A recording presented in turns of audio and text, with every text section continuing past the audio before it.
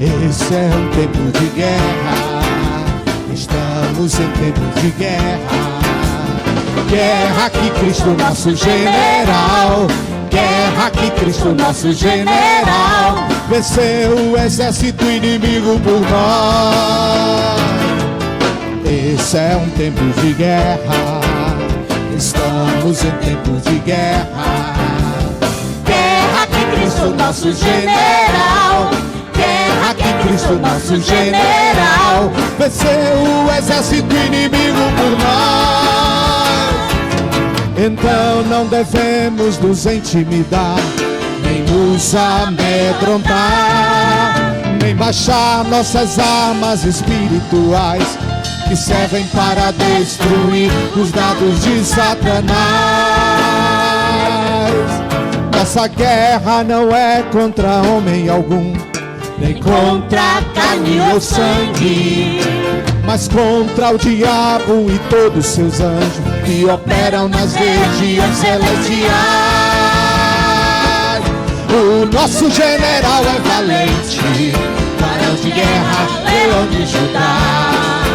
Com ele entraremos no forte do inimigo e livraremos os cativos de lá. Ele é o nosso general, é valente, varão de guerra, leão de Judá.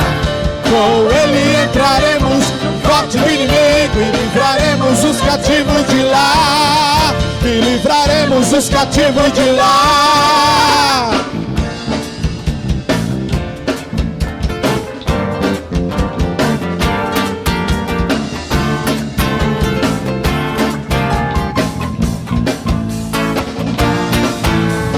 Esse é um tempo de guerra, estamos em tempo de guerra.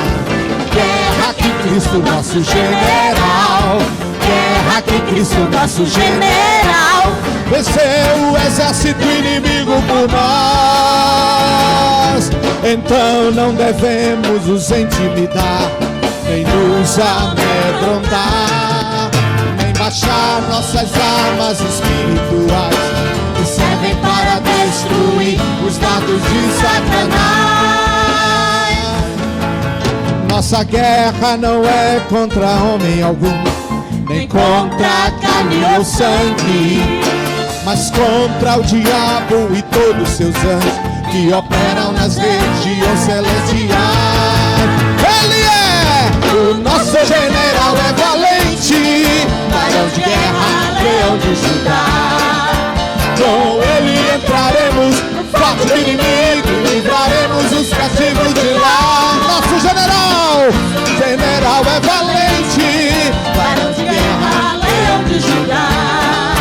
Com ele entraremos no forte do inimigo e livraremos os cativos de lá. E livraremos os cativos de lá. E livraremos cativos de lá.